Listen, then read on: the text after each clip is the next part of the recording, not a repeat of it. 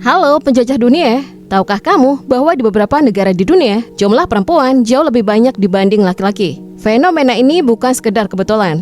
Ada banyak faktor yang mempengaruhinya, mulai dari harapan hidup yang lebih panjang, sejarah perang, migrasi tenaga kerja, hingga kebijakan sosial dan ekonomi. Di dalam video kali ini, kita akan membahas 10 negara di dunia yang dikenal memiliki populasi wanita lebih dominan dibanding pria. Kita akan melihat bagaimana kondisi sosialnya, bagaimana kehidupan para wanitanya, serta apa saja fakta menarik yang mungkin belum pernah kamu dengar sebelumnya. Siapkan diri kamu karena daftar ini akan membawamu dari Eropa Timur yang dingin hingga kepulauan tropis yang hangat. Inilah 10 negara dengan dominasi penduduk wanita di dunia. Negara pertama adalah Rusia. Rusia dikenal sebagai negara dengan ketimpangan jumlah penduduk wanita yang cukup signifikan dibanding pria. Secara statistik, perempuan di Rusia jauh lebih banyak, terutama pada kelompok usia dewasa dan lanjut usia. Ada beberapa faktor yang menyebabkan hal ini. Salah satu faktor utamanya adalah angka harapan hidup pria Rusia yang relatif lebih rendah dibanding wanita. Gaya hidup, tingkat konsumsi alkohol, tekanan sosial, hingga faktor kesehatan membuat rata-rata usia pria Rusia lebih pendek. Selain itu, sejarah panjang peperangan di wilayah Rusia juga berkontribusi besar.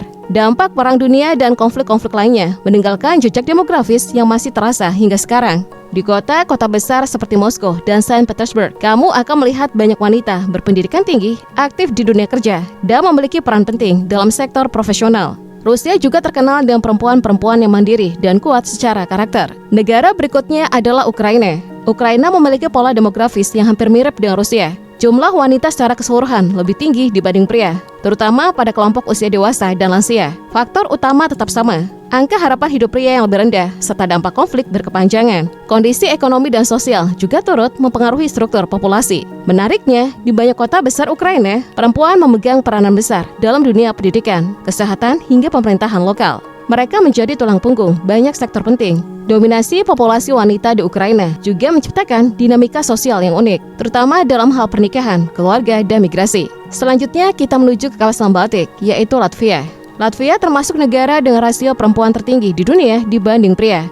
Bahkan di beberapa laporan demografi, Latvia sering masuk 5 besar negara dengan populasi wanita terbanyak secara persentase. Alasannya, lagi-lagi berkaitan dengan angka harapan hidup. Pria di Latvia cenderung memiliki usia hidup yang lebih pendek dibanding wanita. Di ibu kota Riga, kamu akan melihat banyak perempuan aktif dalam sektor kreatif, teknologi, dan bisnis. Negara ini dikenal memiliki tingkat pendidikan perempuan yang tinggi dan partisipasi kerja yang cukup kuat. Fenomena ini juga mempengaruhi struktur keluarga dan tren pernikahan di negara tersebut. Berikutnya adalah tetangga Latvia, yaitu Lituania. Juga memiliki karakteristik demografis yang serupa. Lituania termasuk salah satu negara Eropa dengan ketimpangan rasio gender yang cukup jelas, terutama di kalangan usia dewasa ke atas. Banyak pria Lituania bermigrasi untuk bekerja ke negara lain di Eropa Barat, sehingga populasi perempuan yang tinggal di dalam negeri menjadi lebih dominan. Di sisi lain, perempuan Lituania dikenal aktif, berpendidikan tinggi, dan memiliki tingkat partisipasi kerja yang baik. Berikutnya masih di kawasan Baltik, ada Estonia. Estonia adalah negara kecil namun maju dalam bidang teknologi digital. Meski terkenal sebagai negara inovatif secara demografis, Estonia juga memiliki jumlah perempuan yang lebih banyak dibanding pria.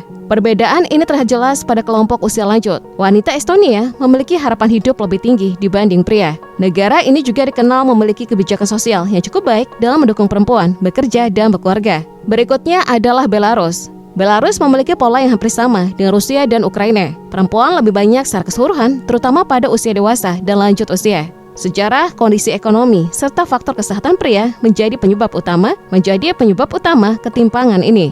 Di Belarus, perempuan banyak terlibat dalam sektor pendidikan dan layanan publik. Mereka menjadi bagian penting dalam pembangunan sosial negara tersebut. Kita beralih ke kawasan Kaukasus, yaitu Armenia. Armenia memiliki jumlah wanita yang sedikit lebih banyak dibanding pria, terutama akibat migrasi tenaga kerja pria ke luar negeri. Banyak pria Armenia bekerja di Rusia atau negara lain untuk mencari penghasilan, sementara keluarga mereka tetap tinggal di dalam negeri. Hal ini menyebabkan populasi perempuan di Armenia terlihat lebih dominan secara statistik. Sekarang kita menuju Eropa Barat, yaitu Portugal.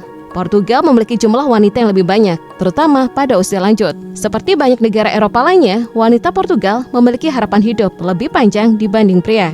Di kota seperti Lisbon dan Porto, perempuan aktif di sektor pariwisata, pendidikan, dan bisnis. Dominasi populasi wanita ini lebih terasa di pedesaan, di mana banyak pria muda bermigrasi untuk bekerja di luar negeri. Dari Eropa, kita menuju Asia Timur, yaitu Jepang. Jepang memiliki populasi lansia yang sangat besar, dan wanita Jepang cenderung hidup lebih lama dibanding pria. Karena harapan hidup wanita Jepang termasuk yang tertinggi di dunia. Jumlah perempuan pada kelompok usia lanjut sangat dominan. Fenomena ini menciptakan banyak kebijakan sosial baru, termasuk dukungan untuk lansia perempuan yang hidup sendiri. Di kota seperti Tokyo dan Osaka, perempuan memainkan peran besar dalam dunia kerja modern Jepang. Terakhir kita menuju Asia Selatan, yaitu Nepal. Nepal memiliki jumlah perempuan yang relatif lebih banyak akibat migrasi tenaga kerja pria ke luar negeri, terutama ke Timur Tengah dan negara Asia lainnya. Banyak pria Nepal bekerja sebagai buruh migran, sementara keluarga mereka tetap tinggal di desa-desa. Hal ini membuat populasi perempuan terlihat lebih dominan di dalam negeri. Perempuan Nepal juga memiliki peran penting dalam pertanian, ekonomi rumah tangga, dan komunitas lokal. Jika kita melihat dari semua negara tadi, ada beberapa pola umum yang bisa kita simpulkan. Harapan hidup wanita lebih tinggi. Secara biologis dan sosial, wanita cenderung hidup lebih lama dibanding pria. Sejarah perang dan konflik. Negara-negara yang pernah mengalami perang besar sering menunjukkan ketimpangan rasio gender. Migrasi tenaga kerja pria. Di beberapa negara, pria lebih banyak merantau ke luar negeri. Faktor kesehatan dan gaya hidup, tingkat konsumsi alkohol, kebiasaan merokok, serta resiko pekerjaan berat mempengaruhi angka kematian pria. Jika kita melihat lebih jauh, dominasi populasi wanita di beberapa negara juga membawa dampak pada kebijakan pemerintah. Banyak negara mulai menyesuaikan program sosial mereka, terutama dalam bidang kesehatan, pensiun, dan pelindungan lansia.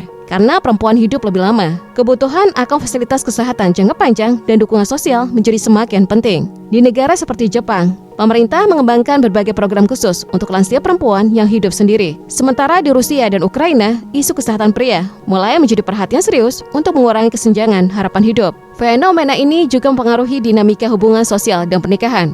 Di beberapa negara Baltik seperti Latvia dan Lituania, jumlah perempuan usia produktif yang lebih banyak dibanding pria menciptakan persaingan dalam dunia percintaan dan pernikahan. Namun di sisi lain, hal ini juga mendorong perempuan menjadi lebih mandiri, fokus pada pendidikan, karir, dan pengembangan diri.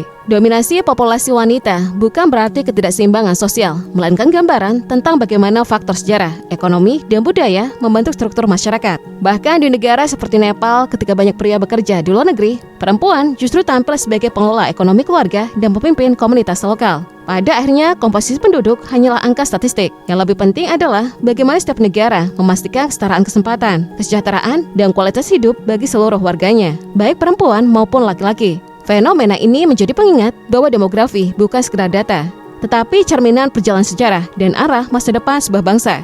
Dari Rusia hingga Nepal, kita bisa melihat bahwa dominasi jumlah penduduk wanita bukanlah fenomena yang terjadi tanpa alasan. Ada sejarah, budaya, ekonomi, dan faktor biologis yang saling berkaitan, membentuk struktur demografi sebuah negara. Menariknya, di banyak negara dengan populasi wanita dominan, perempuan memegang peran besar dalam pembangunan ekonomi, pendidikan, hingga politik. Fenomena ini juga menunjukkan bagaimana perubahan sosial dan ekonomi global mempengaruhi keseimbangan populasi manusia. Jadi menurut kamu, apakah dominasi populasi wanita akan semakin meluas di masa depan? Atau justru keseimbangan gender akan kembali stabil? Tulis pendapatmu di kolom komentar. Jangan lupa like dan subscribe untuk konten menarik lainnya seputar fakta dunia, wisata, budaya, dan fenomena global. Sampai jumpa di video berikutnya.